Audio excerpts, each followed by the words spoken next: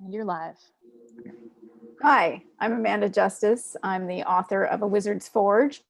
And this is a novel, it's a revenge story. And it has a science fiction and fantasy. It's a blend of science fiction and fantasy.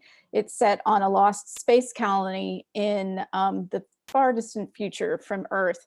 And the characters are, it is a lost space colony, so they disconnected from the home world, and they're dealing with some indigenous races and also some powers that the main character comes into as a result of infection with a neurological parasite known as the Wern, hence the title of the series, which is called the Wern Saga. So in this scene from A Wizard's Forge, the protagonist, Victoria, or Vic the Blade as she's known at this point in the story, is leading a group of soldiers to rescue a prince who is being held prisoner by a tyrant named Lornk Korn. He's the primary antagonist of the story. Much earlier in the book, Lornk had kept Vic as a slave and called her by the name Kara, and that's information that you need to understand for this scene. The day before this scene happens, Vic had her first experience with telekinetic powers conferred by the Wern. And as we begin, she awakens near a river of boiling sulfurous mud. So if you can imagine the setting, it's like waking up next to Old Faithful in Yellowstone. The night before, she sent her soldiers into enemy territory to find a secure campsite, but she has stayed behind to collect the gear that they could not carry over this lava boiling mud river. And we begin. So I hope you enjoy it. Heated by the morning sun, her hood stifled her. Coughing, head throbbing, she sat up. A few feet away, her pack lay unopened, the bedroll tied beneath it. Her bandages brown, they needed changing, and she needed water. A few swallows from her canteen shrank her swollen tongue, but wet sips soon turned to dry gulps. Across the Plu, the gear waited like the remnants of a battle. Temples pounding, Vic stood and brought up the wind. Whipping her hair across her face, it swept over the mud, dusted the sulfur from the obsidian, ruffled the canvas sacks scattered on the shore. She lifted the sledges and tents and brought them tumbling over. The bags of food, the quivers, the bows, the spare daggers, and finally the sack of sulfa came swooping across. A quiver dropped into the Plu, burst into flame, and sank with astonishing speed. Vic swallowed. If that had been the sulfa, or worse, one of the soldiers. Gear collected, she collapsed onto one of the tent sacks and waited for the world to swing back into focus. A dried fennel fruit cleaned the film off her teeth and tongue, and the weight of something in her stomach steadied her head. This is all wrong, she thought. She couldn't carry all the gear by herself, not without a tornado. Such a storm would exhaust her, maybe kill her, and every nomad for miles would see it. Alikia pushed things with her mind without so much as a breeze. Think, Vic told herself, it isn't the wind that burns up meteors, it's the air itself somehow. It's the pressure of the air. On shaky legs, she walked up the ramp to the bridge. Hardened with a waxy, seamless coating, the ramp spun into the cable, its fibers a long, twisting bundle, the surface slick as ice. The earth snored and the cable swung slowly. Cursing, Vic thought of those hundreds of Kragnashian feet sticking to this as if it were covered in glue. Why did the Kragnashians pick her for this power? Was it simply the extraordinary coincidence that she bore the same name as a wizard who had lived a millennium ago? Not that it mattered. She looked at the Lorngon Gree, swallowing a breath at the peaks. Snow crowned the mountains, pink in the dawn sun, a promise of clean, of cool, of victory. With closed eyes, she tasted the kiss of it on her lips, the ice melting in her mouth and the chill sliding down her throat. Shivering with pleasure, she remembered the shock of it against her neck when she was a child. Her face and arms tingled with the memory of a frigid breeze, and her nostrils filled with the smell of the ocean, her ears with the creak of fishing boats and the call of seabirds. Our town. Her eyes fluttered open, and for a moment she thought she saw the boats tilted on the sand, nets laid across their frames, smoke rising out of the chimney holes in every lodge. The sun, low on the horizon, but not yet gone for the winter, bathed the town in a warm amber glow. She shook her head at the vision, heard a black rushing in her ears, and then the stink of sulfur spoiled the smell of the sea. Concentrate, she ordered herself. Wishing she were home now didn't do anybody any good. Don't think you'll be a log keeper by dreaming about it, her mentor Martha used to say. You must work for your dreams. Metal doesn't fall from the sky, you know. 4 barrels sat on the other side of the Plough, unmoved by Vic's windstorms. Couldn't the wizards of old make water? They would have had to pull the hydrogen and oxygen atoms out of the air and stick them together somehow. How could they isolate them? Damn, questions like these kept her thoughts on tangents. Focus. How could she move the casks without wind? The queen again. Queen Alicia didn't so much move the air as thicken it. Vic reached up and grabbed a handful, but her fingers closed around nothing. She tried again, seeking to grasp enough molecules to hold. A breeze whisked the hair off her shoulders. No wind.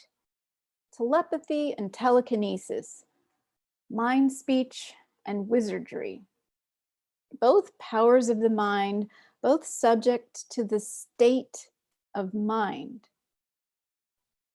Her teachers had taught her to keep her head clear, her thoughts cool as she recited a log or assessed an enemy's camp.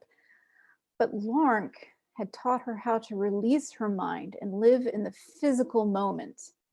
With him, she'd known absolute clarity, not of reason, but of time and place and being.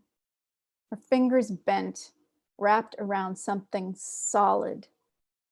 Let your mind go, my treasure, his voice whispered in her ear. Let it go and come to me. To me. Come, Kara.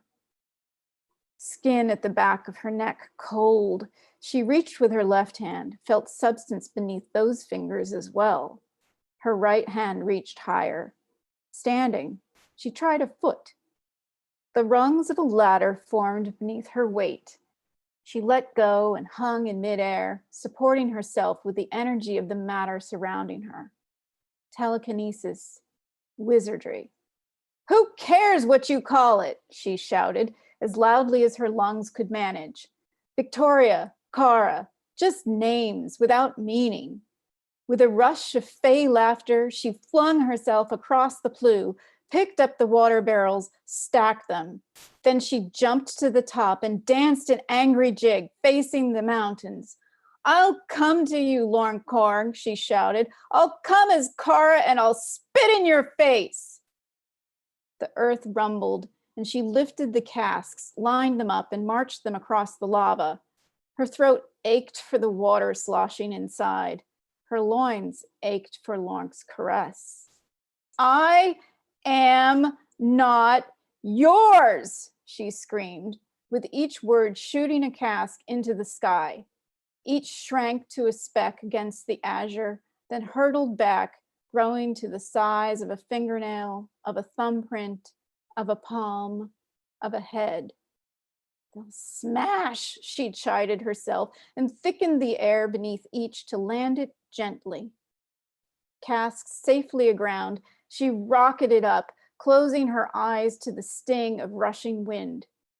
Her chest tightened as she pulled away from the earth's hold, and when she remembered to breathe, she couldn't pull the icy air into her lungs.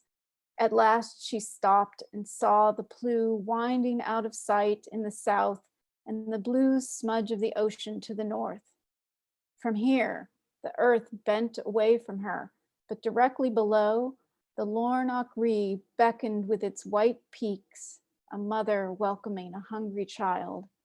Up here, you forget everything but beauty, she thought. Up here, you see forever.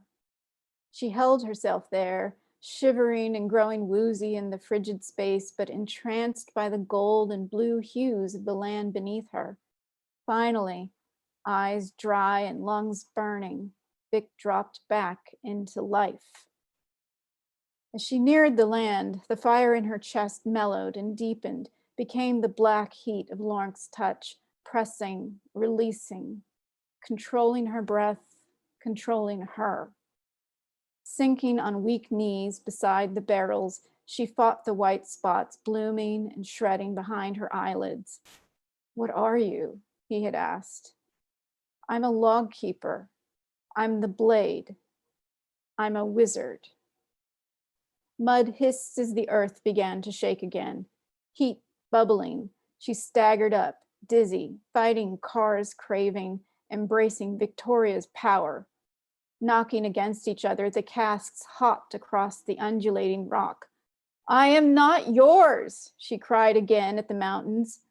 Steam whined, screamed, roared out of the Plough. As the geyser thundered, the pleasure and pain Lorn had given her blew sparks across her mind, down every fiber of bone and muscle, through every drop of blood, making even the tiny hairs on the backs of her fingers stand straight. She wanted to hug her chest to her knees, her neck and shoulders ready for his fingers, her ears for his warm cajoling. But instead, she stood with her fists ground into her eyes, waiting for the memory of him to sink back into the folds of the earth.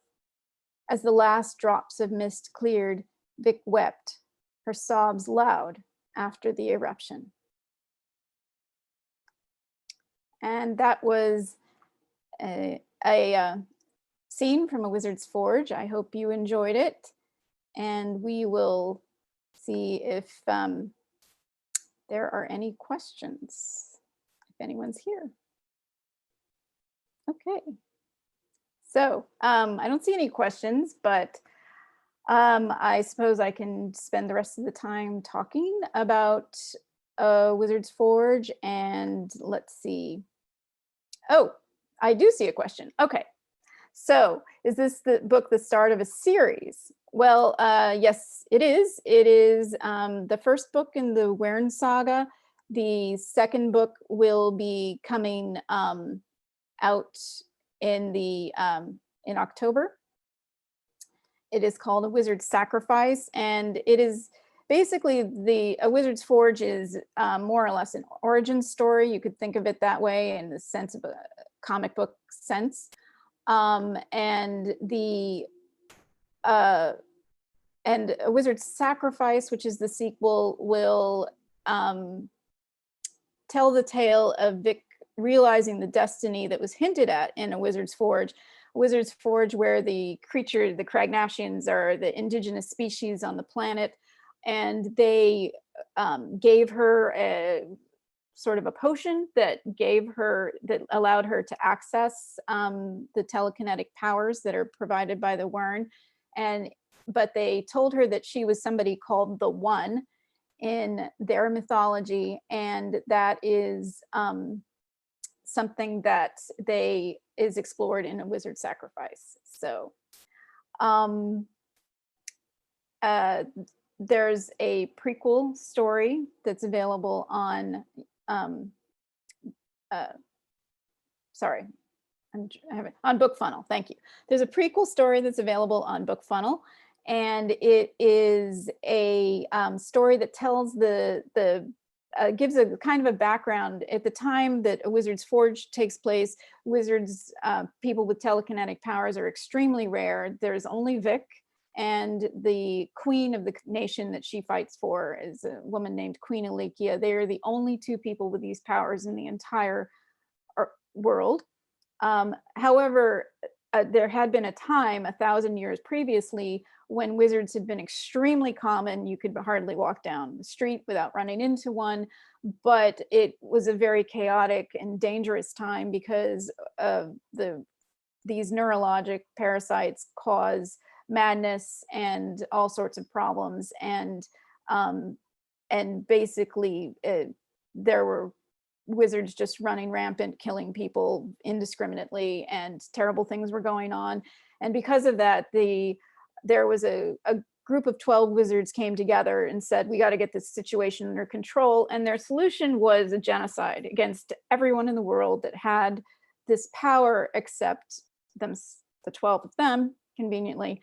And the short story that's available on BookFunnel is called Kill Squad, and it is about one of the lesser wizards who was assigned to go about and exterminate her other wizards like her, and she's facing death herself because she is sick from the Wern. So that story is available on bookfunnel.com, and I can post the link in the comments or later. And so that's that, and I'm here for Ask Me Anything. So if there are any other questions, we could do that. I don't see any, so don't be shy. Very friendly. Other things that I could talk about, I suppose, that I am I currently write, I review books for Fantasy Faction. If you go to fantasyfaction.com, you can find all of my reviews there. I've reviewed television shows. Oh, what's the next project that I'm working on? The next project that I am working on is, first I have to get Wizard Sacrifice out. It should be, I have one more scene to write, and based on my development editor's feedback, and then I gotta get it copy edited. I expect that will be out in October. There is a third book in the series, which actually jumps forward 20 years. So it will primarily follow the next generation of wizards that come after Vic. She's certainly in it, and she is the titular wizard, and all of the series are called a Wizard's something. So there's a Wizard's Forge, there's a Wizard's Sacrifice is book 2, book 3 will be called A Wizard's Legacy. And anyhow, so Vic is in that book, but it also involves her children, and so it's kind of interesting. I don't know why. I sort of follow the typical fantasy tradition of writing about relatively young protagonists, although Vic remains a main character in the series, and she's a middle-aged person in the next book. Anyhow, so that's exciting. I don't know when that will be out. I've also thought about writing a novel from Lorne's perspective. I find him, he's without a doubt the villain of A Wizard's Forge. He takes on a different role in A Wizard's Sacrifice, and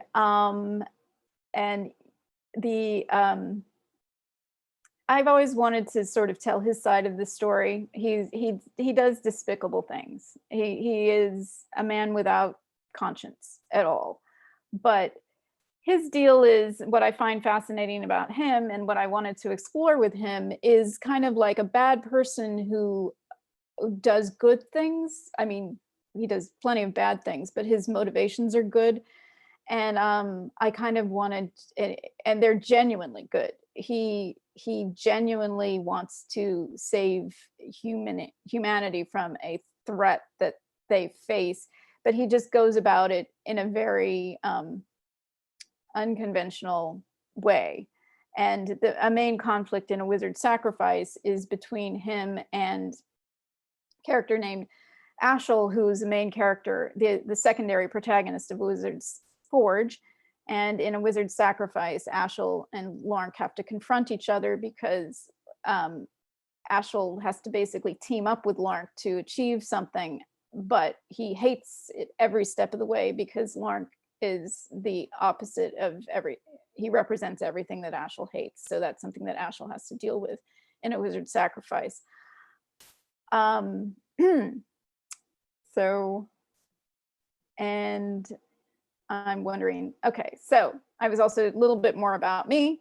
I am a medical writer by day. That's my day job. I write